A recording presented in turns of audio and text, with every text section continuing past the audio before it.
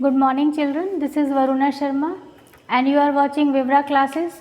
बेटा हम 9th class में हैं और 9th क्लास में आज हम लेकर आ रहे हैं प्लाज्मा मेम्ब्रेन। स्पेसिफिकली आज हम जानेंगे प्लाज्मा मेम्ब्रेन क्या है, उसका स्ट्रक्चर क्या है, उसका फंक्शंस क्या है, किस तरीके से वो काम करेगी, क्या क्या काम करेंगी। आज हम प्लाज्मा मेम्ब्रेन को स्टडी करने वाले हैं। तो देखिए ज़रा, अगर हम एक जनरलाइज सेल का स्ट्रक्चर लें तो जनरलाइज सेल में 3 इम्पॉर्टेंट पार्ट्स होते हैं। फर्स्ट जो पार्ट होगा वो plasma membrane, second one is the nucleus and जो थर्ड पार्ट होगा वो होगा cytoplasm and organelles which are embedded in the cytoplasm, यानी साइटोप्लाज्म विद इट्स ऑर्गेनेली जो होंगे वो थर्ड नंबर पर होंगे। जो आउटर मोस्ट मेम्ब्रेन है, फॉर एग्जांपल जो सेल है, सपोज ये सेल है, तो सेल की जो ये आउटर लेयर है, this layer is plasma membrane, ये प्लाज्मा मेम्ब्रेन है। कुछ सेल्स में सेल वॉल भी एक एक्स्ट्रा आउटर कवरिंग होती है, बट सेल वॉल हो या ना हो, वो हो भी सकती है और नहीं भी हो सकती है, लेकिन प्लाज्मा मेम्ब्रेन तो हर सेल में होगी ही होगी। अगर सपोज़ किसी सेल में सेल वॉल प्रेजेंट है बाहर, जैसे प्लांट सेल में सेल्यूलोज है, फंगल सेल में काइटिनस लेयर है, अगर सेल वॉल प्रेजेंट है तो है, कोई बात नहीं, बट प्लाज्मा मेम्ब्रेन तो प्रेजेंट होगी ही होगी। इसका मतलब प्लाज्मा मेम्ब्रेन तो सर्टेनली हर सेल में प्रेजेंट है। अब वो डिपेंड करता है सेल के अकॉर्डिंग, उसके कॉम्पोजिशन, उसके स्ट्रक्चर, उसके फंक्शंस के अकॉर्डिंग उसको सेल वॉल की नीड है या नहीं है। जैसे एनिमल सेल में, तो किसी भी एनिमल सेल में सेल वॉल होती ही नहीं है ना। तो इसका मतलब फर्स्ट लेयर हो गई। तो अभी हम सेल वॉल की बात नहीं कर रहे, अभी हम बात कर रहे हैं प्लाज्मा मेम्ब्रेन की। तो प्लाज्मा मेम्ब्रेन हर सेल की एक आउटर मोस्ट कवरिंग है, जिसका काम क्या होगा कि बाहर का जो एनवायरनमेंट है उससे सेल के अंदर जितना भी कंटेंट है, जो भी कंटेंट सेल के अंदर प्रेजेंट है, उस कंटेंट को, उस मटेरियल को एनवायरनमेंट से सेपरेट करना, उससे अलग करने का काम है। फाइन। फिर बाहर से होने वाला कोई इन्फेक्शन है, कोई माइक्रोब्स हैं, उसके लिए भी एक रुकावट हो गई। वो डायरेक्ट इस सारे मटेरियल को, जो अंदर मटेरियल है, उसको नुकसान नहीं पहुंचा सकता। क्यों? क्योंकि एक आउटर लेयर यहाँ पर प्रेजेंट है। फाइन। फिर मान लिया किसी सब्सटेंस को सेल के अंदर आना है, तो वो ऐसे ही अपने आप एंट्री नहीं हो सकती। उसके लिए भी ये प्लाज्मा मेम्ब्रेन पहले बाहर से आने वाले हर मटेरियल को चेक करेगी कि इसको, इस मटेरियल की ज़रूरत सेल को है या नहीं है। अगर सेल को उस मटेरियल की ज़रूरत है तो उसको एंट्री देगी, अलाउ करेगी कि ठीक है आप अंदर आ जाए, नहीं तो आप अंदर नहीं आ सकते। मीन्स कोई भी सब्सटेंस को एंट्री या एग्जिट होना है तो उन दोनों ही के लिए प्लाज्मा मेम्ब्रेन परमिशन देगी। अगर प्लाज्मा मेम्ब्रेन परमिट करती है तो मटेरियल अंदर बाहर आ जा सकते हैं, अदरवाइज नहीं। मीन्स एक गेट कीपर और सिक्योरिटी गार्ड का काम कर रही है प्लाज्मा मेम्ब्रेन। फाइन। तो ये होती है प्लाज्मा मेम्ब्रेन और आज हम डिस्कस कर रहे हैं प्लाज्मा मेम्ब्रेन के ही बारे में। तो ये तो हमने जनरलाइज बताया है कि स्ट्रक्चरल ऑर्गेनाइजेशन अगर सेल का लें तो उसमें 3 इम्पॉर्टेंट पार्ट्स हैं, सेल, मेम्ब्रेन और plasma membrane, nucleus and third one is cytoplasm with cell organelles. लेकिन अभी हम डिटेल स्टडी कर रहे हैं प्लाज्मा मेम्ब्रेन की, जो कि अभी हम ऑलरेडी डिस्कस किया है जिसके बारे में। तो देखिए, plasma membrane is the outermost covering of all cell. It is the outermost covering, ये हर सेल की आउटर मोस्ट कवरिंग होगी। Second, it separates the cell contents, it separates the cell contents from external environment, यानी जितना भी cell content है उसको external environment से सेपरेट करेगी। मीन्स सेल के अंदर अब जो भी सब्सटेंस है, चाहे कुछ भी है, उस सारे सब्सटेंस को बाहर का जो ये एनवायरनमेंट है इन सब से सेपरेट करने का काम होगा इस प्लाज्मा मेम्ब्रेन का। क्लियर? नेक्स्ट देखिए, इट इज़ थिन, ये थिन लेयर होगी, इलास्टिक होगी। It is thin, elastic. Elastic मतलब जो इजीली अपना शेप चेंज कर सके या फ्लेक्सिबिलिटी है, दैट इज़ इलास्टिसिटी, जो मोड़ी तोड़ी जा सके आसानी से, तो इलास्टिक लेयर होगी। And selectively permeable membrane. बहुत बड़ा ये गुण है इसका कि ये सेलेक्टिवली परमिएबल है, मीन्स सेलेक्ट करके परमिएबिलिटी देगी या परमिशन देगी किसी भी मॉलिक्यूल को अंदर आने की या अंदर से बाहर जाने के लिए। So this is the selectively permeable membrane. और we can say it is semi permeable membrane. Semipermeable भी कहते हैं, क्यों? क्योंकि हर सब्सटेंस को ये परमिशन नहीं देती, कुछ को ही देती है, तो we can say it is also semi permeable membrane. This plasma membrane is made up of lipid and protein molecules. Lipid and protein molecules की ये बनी हुई होती है, और लिपिड एंड प्रोटीन मॉलिक्यूल्स का कुछ ऐसा अरेंजमेंट होता है प्लाज्मा मेम्ब्रेन में। ये जो अरेंजमेंट है इसको हम कहते हैं fluid mosaic model. This is fluid mosaic model and it was proposed by Singer and Nicolson. Singer and Nicolson scientist थे, उन्होंने ये फ्लूइड मोज़ेक मॉडल दिया था। ये तो पता चल गया था कि plasma membrane lipids and proteins molecule से मिलकर बनी है, but in protein and lipid molecules का अरेंजमेंट क्या है वो अरेंजमेंट किसी को समझ नहीं आ रहा था, और वो जो है फाइनली फ्लूइड मोज़ेक मॉडल बनाकर दिया किसने? सिंगर एंड निकोलसन ने। तो उन्होंने बताया कि ये है लिपिड मॉलिक्यूल, ये एक लिपिड मॉलिक्यूल है। पहले आप इसको देखिए, लिपिड मॉलिक्यूल में क्या होता है? लिपिड मॉलिक्यूल के 2 पार्ट्स होते हैं, एक होता है हेड रीजन और एक होता है टेल रीजन।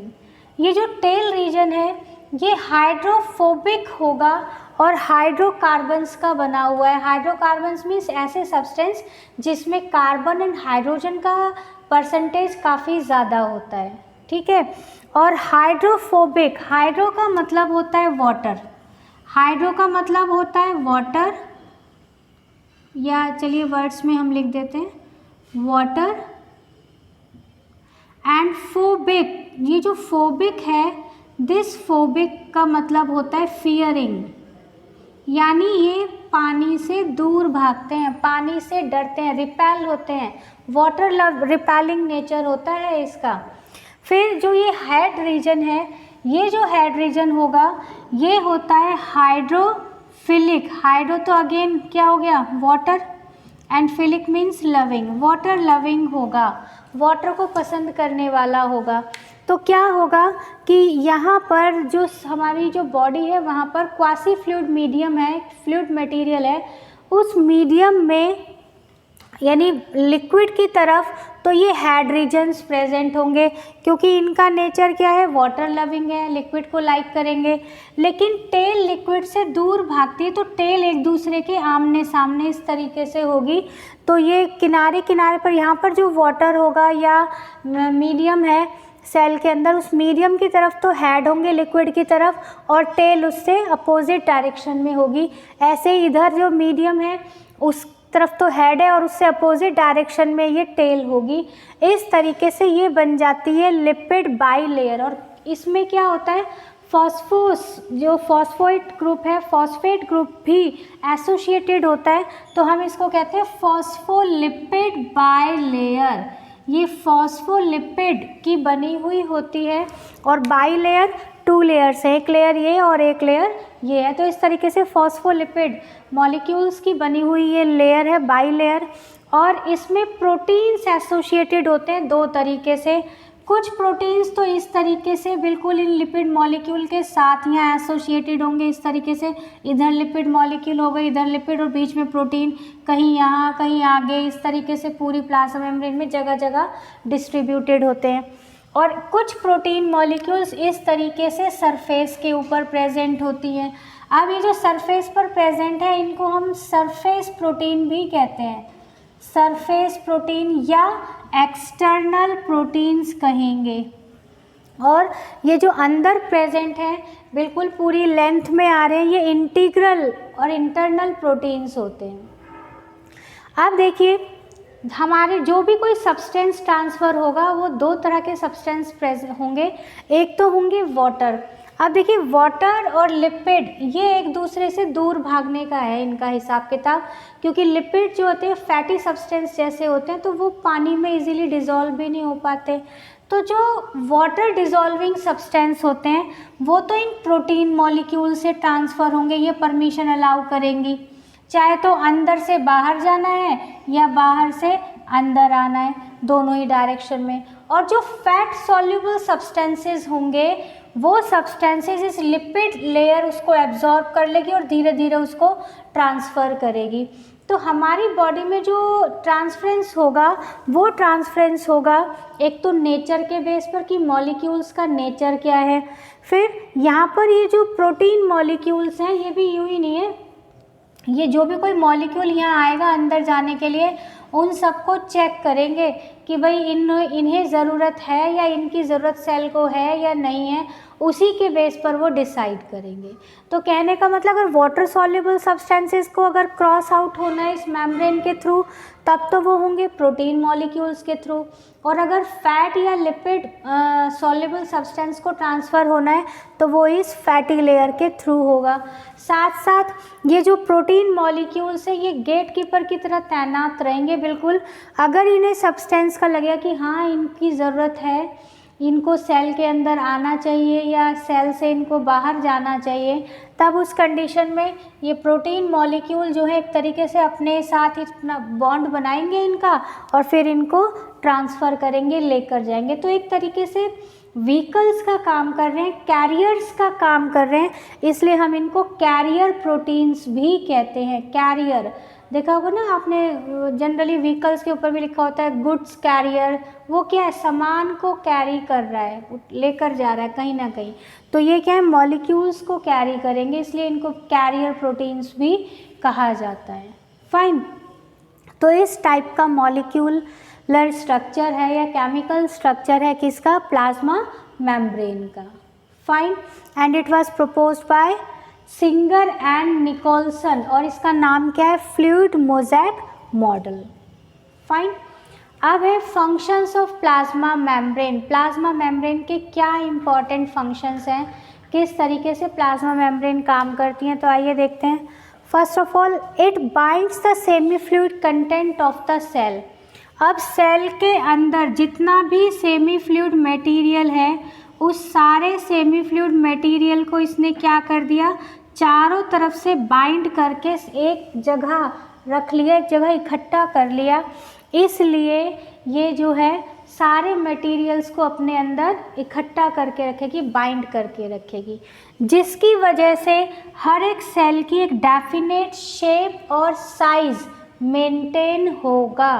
तो सेकंड फंक्शन आप देखिए, it provide definite shape to the cell, क्योंकि ये सारे मटेरियल को अंदर बाइंड करके रखेगी इसीलिए एक डेफिनेट शेप और साइज भी प्रोवाइड कराएगी। नेक्स्ट देखिए, it acts as mechanical barrier. ये मैकेनिकल बैरियर की तरह एक्ट कर रही है। मैकेनिकल बैरियर की मतलब जैसे कि अभी हमने बताया ये क्या काम कर रहे हैं, चेक कर रहे हैं मॉलिक्यूल्स को। तभी जब चेक कर लेंगे अंदर जाना है बाहर आना है, ज़रूरत सेल को है नहीं है, तभी उसको आने जाने की परमिशन देंगे। तो प्लाज्मा मेम्ब्रेन जो है एक मैकेनिकल बैरियर, एक गार्ड की तरह काम कर रही है, हर मॉलिक्यूल को अंदर जाने की परमिशन नहीं देती, जिनकी ज़रूरत है उन्हीं को परमिशन मिलेगी। Therefore it is also known as selectively permeable membrane. Next देखिए, because of the flexibility of membrane cell is able to engulf large molecules and food particles. ये बड़ा ही अच्छा एक आ गया है इसका फंक्शन। तो उस फंक्शन के अकॉर्डिंग आप देखें कि ये जो है, हम यहाँ पर अब एग्जांपल ले रहे हैं यूनिसेलुलर ऑर्गेनिजम्स का, अमीबा का। अमीबा का नाम आप सब ने सुना होगा। इसकी कोई डेफिनेट शेप नहीं होती। इसका क्या होगा, जिधर से इसको फूड स्टिमुलस आना शुरू हो जाएगा उधर की तरफ ही ये इस जो सेल मेम्ब्रेन है ग्रोथ करना शुरू कर देगी। फॉर एग्ज़ाम्पल यहाँ से अगर स्टिमुलस आ रहा है, कोई फूड पार्टिकल इधर है, कोई माइक्रो ऑर्गेनिज्म, तो जो प्लाज्मा मेम्ब्रेन है, क्योंकि हम कह चुके हैं इट इज़ इलास्टिक यानी फ्लेक्सिबल मेम्ब्रेन है, तो ये धीरे धीरे ऐसे इसकी तरफ आउटग्रोथ बढ़ानी शुरू कर देगी। ये जो आउटग्रोथ यहाँ बढ़ेंगे, these are known as pseudopodia. Pseudopodia, podia means feet and pseudo false, ये फॉल्स फीट होंगे, मीन्स एक्चुअल लेग्स तो है नहीं बट ये काम कर रहे हैं, एक तो इसको लोकोमोशन करवा रहे हैं ताकि, और साथ साथ फूड कैप्चरिंग हो रहा है। तो इस तरीके से प्लाज्मा मेम्ब्रेन अपने फ्लेक्सिबिलिटी के बेस पर धीरे धीरे इस फूड को कैप्चर कर लेती है। अब ये यहाँ आ गए ग्रोथ, अब आगे आगे फिर ये ग्रोथ ऐसे बढ़ जाएगी और पूरा एक कप लाइक स्ट्रक्चर पूरा अंदर बना लेंगे और देखिए सेल के अंदर इस फूड को अंदर ले लिया। This property is known as endocytosis and it is very important for 1 marks. 1 marks के लिए जनरली पूछ लेते हैं define endocytosis, what is endocytosis, give example. तो आप एग्जाम्पल दे सकते हैं किसका, अमीबा का। और एंडोसाइटोसिस क्या है कि plasma membrane have flexibility and due to this flexibility plasma membrane is able to engulf the food particle and this property is known as endocytosis. Fine. Next, helps in recognition of foreign substances, यानी जो भी कोई, जैसे मैंने बताया कि ये protein molecules का काम क्या है, फॉरेन सब्सटेंसेस को या कोई माइक्रोब्स हैं उनको आइडेंटिफाई करना। अगर उनको आइडेंटिफाई कर लेंगे तभी परमिशन देंगे कि भाई अंदर जाना है या बाहर आना है, जो भी जिसका रास्ता है उसके अकॉर्डिंग। तो यानी यहाँ पर ये डिफेंड भी कर रही है सेल को, माइक्रोब्स से, इन्फेक्शन से बचा भी रही है। ठीक, अच्छा, जैसे अभी हमने एंडोसाइटोसिस किया है ऐसे एक्सोसाइटोसिस, एक एक्सोसाइटोसिस भी टर्म है, वो भी जो है फ्लेक्सिबिलिटी के ऊपर ही बेस्ड है। अब देखो वो कैसे होगा, ये तो ले लिया यहाँ पर फूड, अमीबा ने फूड अंदर ले लिया और ये रीजन बन जाएगा फूड वैक्यूल, ये धीरे धीरे फूड वैक्यूल बन जाएगा और इस तरीके से ये तो पूरी एक जगह मर्ज हो गई और ये बन गया फूड वैक्यूल। फूड वैक्यूल में धीरे धीरे डाइजेस्टिव एंजाइम्स इसमें भर जाएंगे और ये इस फूड को डाइजेस्ट करेंगे। डाइजेशन के बाद ये जो डाइजेस्टेड फूड होगा ये साइटोप्लाज्म में फैल जाएगा, चला जाएगा। साइटोप्लाज्म यानी सेल उसको यूज़ करेगी। यूज़ करने के बाद अमीबा के अंदर एक और वैक्यूल होती है which is known as contractile vacuole. Contractile vacuole, ये कॉन्ट्रैक्टाइल वैक्यूल जब सारा काम हो जाएगा साइटोप्लाज्म में से वेस्ट को इकट्ठा करेगी। किसको इकट्ठा करेगी? वेस्ट मटेरियल को।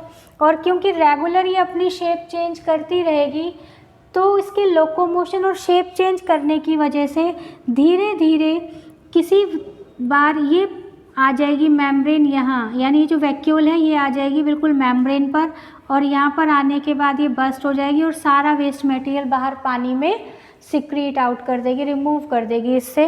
This process is known as exocytosis. तो प्लाज्मा मेम्ब्रेन की जो फ्लेक्सिबिलिटी है उस फ्लेक्सिबिलिटी की वजह से ये बाहर से फूड ऑब्टेन करेगी तो एंडोसाइटोसिस जैसे कि अमीबा में, और फिर सेल का वेस्ट बाहर करेगी, रिमूव करेगी, वो होगा एक्सोसाइटोसिस। और वो भी किस में है? अमीबा, जैसे अमीबा पैरामीशियम इन यूनिसेलुलर ऑर्गेनिज्म इस फिनोमेना को शो करते हैं। तो आई होप आपको समझ आ गया होगा आज प्लाज्मा मेम्ब्रेन का स्ट्रक्चर क्या है, उसके फंक्शंस क्या हैं, साथ साथ एंडोसाइटोसिस क्या है, एक्सोसाइटोसिस क्या है। फिर भी अगर किसी की कोई क्वेरी है तो वो कमेंट बॉक्स में लिख दें। विवरा क्लासेस को लाइक करें, शेयर करें, सब्सक्राइब करें, ठीक है? ओके, स्क्रीनशॉट ले लो बेटा।